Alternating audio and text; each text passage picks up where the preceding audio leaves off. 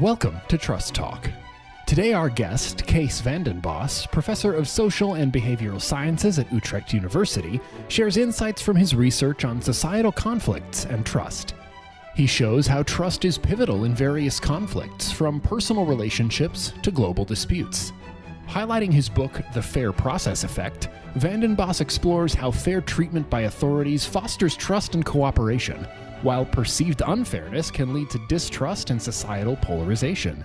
He introduces what he calls the perceived procedural justice scale and emphasizes the importance of fairness in cultivating a sense of belonging and respectful treatment. Through the lens of social psychology, Bos offers a nuanced understanding of how procedural justice shapes our interactions and societal dynamics. Your host today, Severin DeWitt. Kees, welcome to Trust Talk. Your university profile highlights your extensive research on societal conflicts. You are a professor of social psychology in the University of Utrecht in the Netherlands. If we talk about conflicts, it seems like a topic that is both vast and highly relevant globally. Could you elaborate on how trust plays a role in your findings, especially considering the diverse nature of conflicts you have studied? Yes, that's an excellent question. My research indeed focuses on different kinds of conflicts. Conflicts between individuals on a relational level, conflicts within work organizations or in other small groups, but also conflicts at a societal level or between different countries. Of course, these conflicts differ immensely from each other. I'm not naive in that. But there are some similarities as well. Quite often we're responding to these conflicts that happened quite suddenly. We do not have all the relevant information available that we ideally would like to have to make appropriate sense of what is going on. And then trust is especially relevant, because whether you take a COVID vaccination, yes or no, in terms of turmoil, and you don't know exactly how these vaccines work, then you rely on your trust judgment, whether you trust the authorities that have made available these vaccines or that you don't trust them. So trust is a pivotal issue in many different types of conflicts. Let's discover, because the reason why we're having this interview is you published a book, The Fair Process Effect. I read it, of course. Thanks for sending the book to me. The first chapters start by describing how fair treatment by authorities and institutions can cultivate trust and cooperation. The subsequent chapters deal with the consequences of perceived unfairness, leading to distrust, polarization, and conflict in society. Is this a fair summary of your book? And we go into detail later, but this is a fair summary? Yeah, it is a fair summary of the book and also of my research program. So basically I focus on let's say, positive effects of fair treatment and issues that you think are genuinely fair and just and morally right. And I'm also focusing on issues on the more negative sides of human interaction, including radicalization leading to violent extremism and terrorism, for example, including distrust, polarization, and conflict. And what I try to do in the current book is to delineate in the first chapters how fair treatment in authorities and institutions can work and can cultivate trust and cooperation. And then what I try to do in the second part of the book is to say, okay, can we use these insights to prevent distrust, polarization, and conflict in society to be sharp and highlighted in this world? So I'm really focusing on the prevention of the negative sides of human interaction in the second part. And the prevention part can be done, I hope, by means of fair treatment.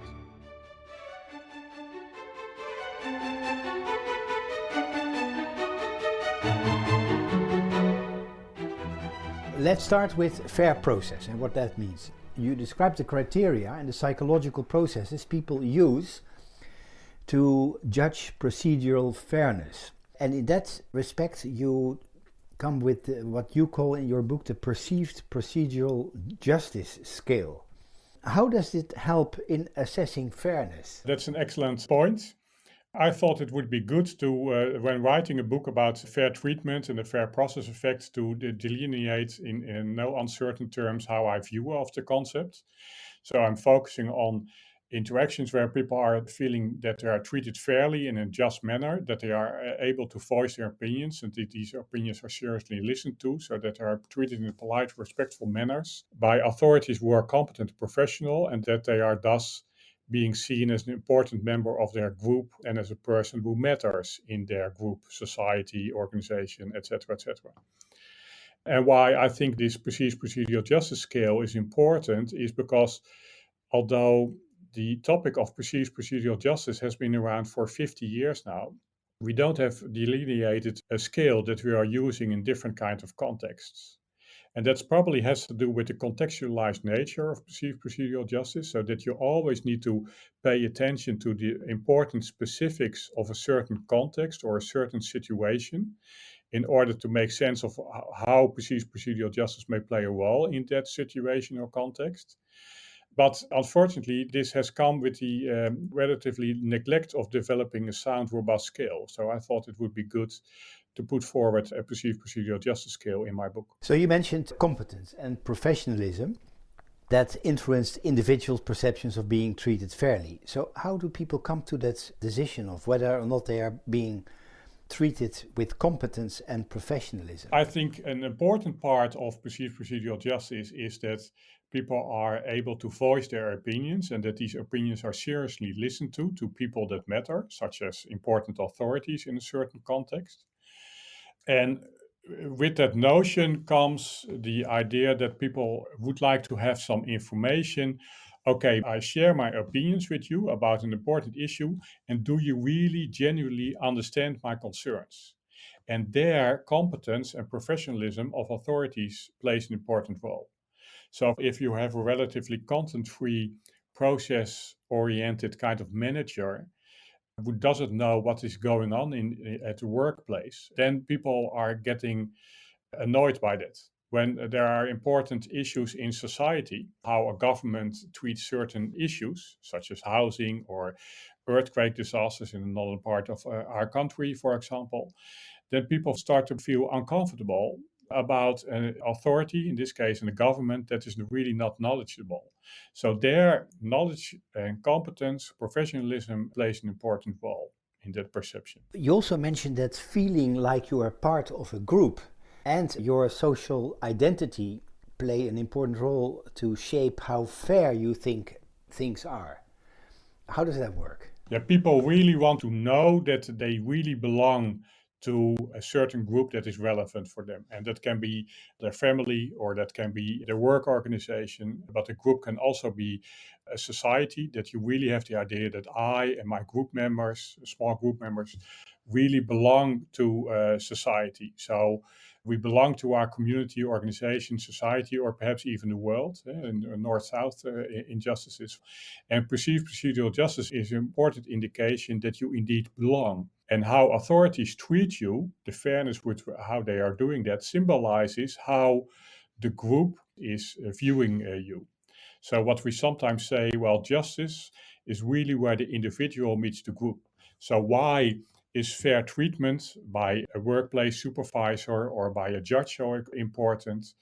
Well, it is because it signals, it symbolizes how the work organization or how society is viewing you, is looking at you.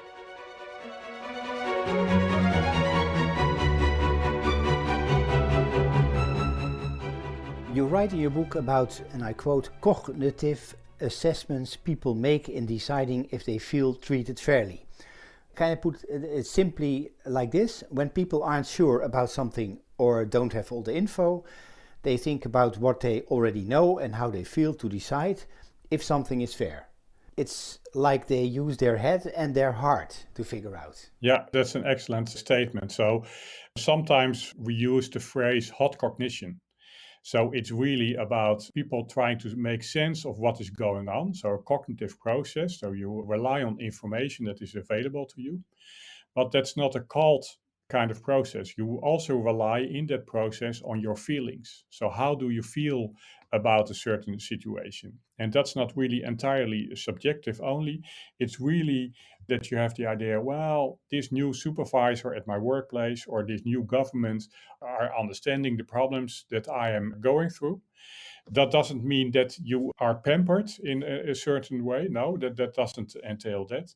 But it does entail that you feel, hey, this is going in the right direction. And that's an important issue. You just talked about group dynamics. So how do these group dynamics and social identity influence the way people judge procedural fairness? In other words, how does being part of a group affect our views on whether we are treated fairly or not? Yeah, that's an important issue, especially in terms of context where you have a heightened levels of group polarization. So, for example, you interact with an authority from another group, and then you do not rely only on how this person is treating you as an individual, but you're also looking at the fairness of how this person is treating your group, to which the person doesn't belong. And then it becomes more complicated, but also more fascinating. So quite often you see people starting to engage in societal protests when they have the idea, okay, well, I as an individual am treated fairly in society, but how this society is treating women is not okay. And therefore, I, as a highly educated woman, am responsible to do something, to start doing something about that. So group dynamics plays an important role that moderates how we view how fairly we are treated in society and in other contexts.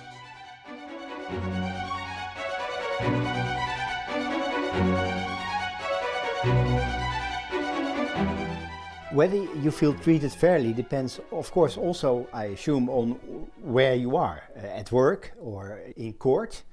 Can you explain how this idea of fairness changes or stays the same in these different spots? That's an excellent question. So I put forward my perceived procedural justice scale, and I think we have some good indications that this might work in different kind of contexts. But it's always important to contextualize how you view perceived procedural justice in different types of contexts. And related to your question, what we see when you interact with an authority in a court, it's really important that you have the idea this judge is really neutral. So Lisa Ansems is showing that in her doctoral dissertation, that neutrality is an important aspect in courts of law. Neutrality is also an important issue at the workplace, but there it also is important that you really belong to the work organization and that you are putting really efforts, not only to get some money out of it, but also it's really who you are, your identity, where you work. And when that identity is violated during a reorganization process, that really affects people strongly. So identification plays an important role at the workplace. So how do you see the link between the perception of fair treatment and the development of societal distrust and polarization? You treat quite a bit in your book about these relationships. I think our listeners would be interested to hear how that works. I'm especially interested in let's say, the initial phases of the development of societal distrust and polarization. And what you see many times during this initial phase is that people are really looking at responsible authorities, such as local governments. Are they really treating us with respect and are they treating us fairly and justly? Are they really interested in our opinions? Are they actively asking us to voice our opinions? And do they really understand what is going on? And when people have that idea that these things are okay, then they are in response acting in, let's say, a mature kind of way, so that they are accepting that the things are not falling into their direction. So things might be working out in a somewhat negative manner for them, but they are robust against that. However, when they have the idea, well, a local mayor is not paying attention to our concerns at all, they really feel that they are really getting angry, and then more severe levels of societal distrust and polarization start to develop. So focusing on the initial phases of the development of societal distrust and polarization is really important. That's where we can try to do something about it, try to intervene perhaps, and perceived procedural justice may be a very important tool for that.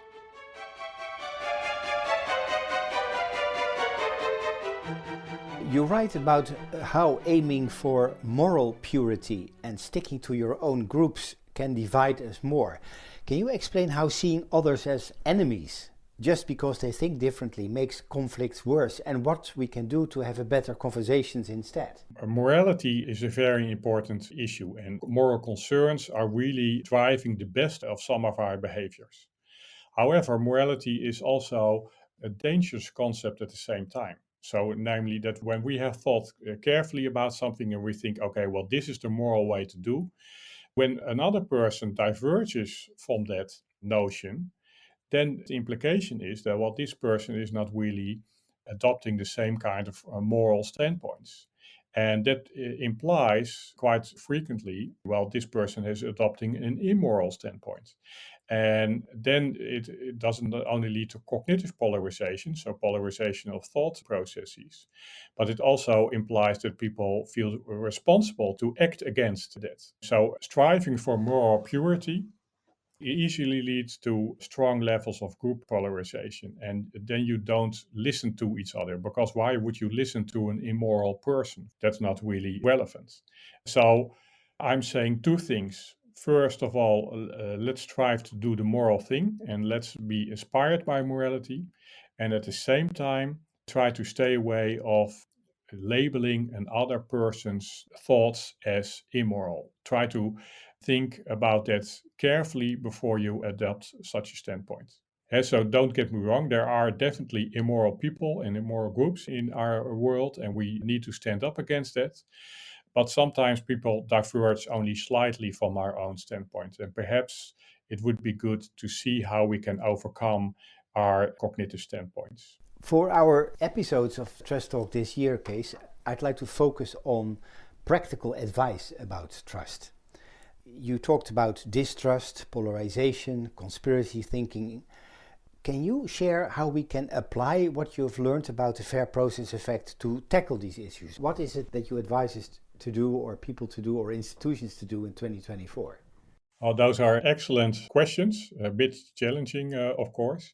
But my advice would be to focus on the initial phases of societal conflict and try to see, as an authority or as a citizen in a society, what is going on, what are the concerns, and can we do something about it? And convey that you understand and appreciate the concerns of several concerned citizens. At the same time, adopting some normative standpoints, saying, okay, well, I understand your concerns, but we also need to adhere to important democratic values, that we treat each other in a peaceful and respectful manner, and that we really understand the importance of the rule of law in our country. That doesn't mean that institutions such as the legal system work beautifully every time. No, so we also need to work on that so that our societal institutions improve their functioning. But we also should work with the rule of law and democratic values so that we understand sometimes we lose something, so we need to pay for other financial issues, for example. But this is the cost that we appreciate because we really matter in our democratic nation. So that's the direction I'm looking for.